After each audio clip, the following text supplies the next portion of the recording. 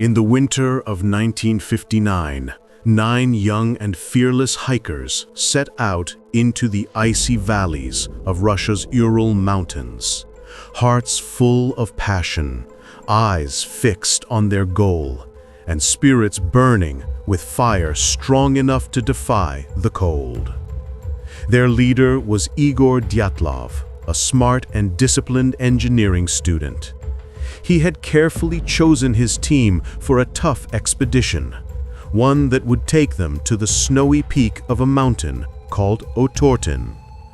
The group included 8 others: Ludmila, Zinaida, Rustem, Yuri Krivonishenko, Alexander, Semyon, Nikolai, Yuri Doroshenko, and another member, Yuri Yudin.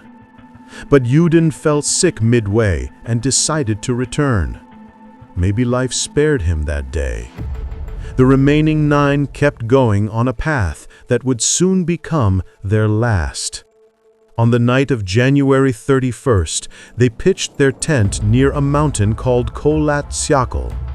In the Mansi language, it meant Mountain of the Dead. The locals never went near that place. They said whispers of spirits could be heard there at night, but the young hikers laughed it off. They were scientists. They believed fear was just superstition. Little did they know that fear was about to become their final companion. The cold was merciless, around -30 degrees.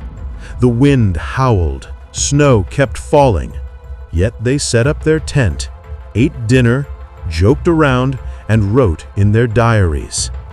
Everything seemed normal, but that night was not normal. Something happened that night, something that changed everything. When the search team found their tent on February 26th, the sight was horrifying. The tent was half torn, but the strangest part was that it was cut from the inside, as if someone had sliced it open with a knife to escape. Inside were their boots, warm clothes, food, diaries, and cameras. They had run, but without taking anything. The question was, why? A little distance away, footprints led toward the forest, some barefoot, some only in socks, some in strange patterns. It looked like they were running from something unseen but terrifying. A mile away, under a snow-covered tree, 2 bodies were found. They were wearing only their underwear. Their hands were burnt as if they had tried to light a fire to survive. Burnt wood and ashes were nearby, but they had frozen to death right there. Their eyes were open, as if they had seen their final horror. Not far from there, 3 more bodies were found: Igor Dyatlov, Zinaida, and Rustem. Their postures were strange. One had fallen while crawling, another frozen mid-step trying to return to the tent. Their faces showed signs of struggle, but there was no enemy nearby. No footprints of animals, no signs of a fight. Only snow and silence. The remaining 4 bodies were found 2 months later, buried deep under snow.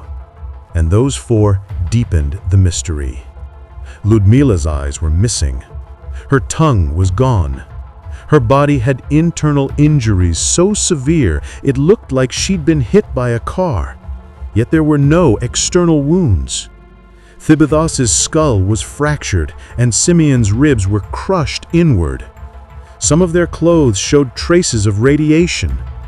The autopsy made things even more confusing. Some died from the cold, some from an unknown force. The government closed the case with a statement: they died because of an unknown compelling force. An unknown force. But what was it? Theories began to spread. Some said maybe an avalanche hit them and they ran. But the slope wasn't steep enough, and there were no signs of a slide. Some blamed the Mansi tribe, but there were no signs of violence or weapons. Others claimed the area was used by the Soviet military for secret weapon tests, missiles, rockets, or sound weapons. Maybe that radiation came from them. Witnesses said they saw glowing orange spheres in the sky that night. Was it a missile explosion? Or something else? Something not human? Slowly, UFO theories spread. Some said aliens attacked them. Others believed they came into contact with something beyond human understanding. But in the freezing cold, without clothes, without weapons, without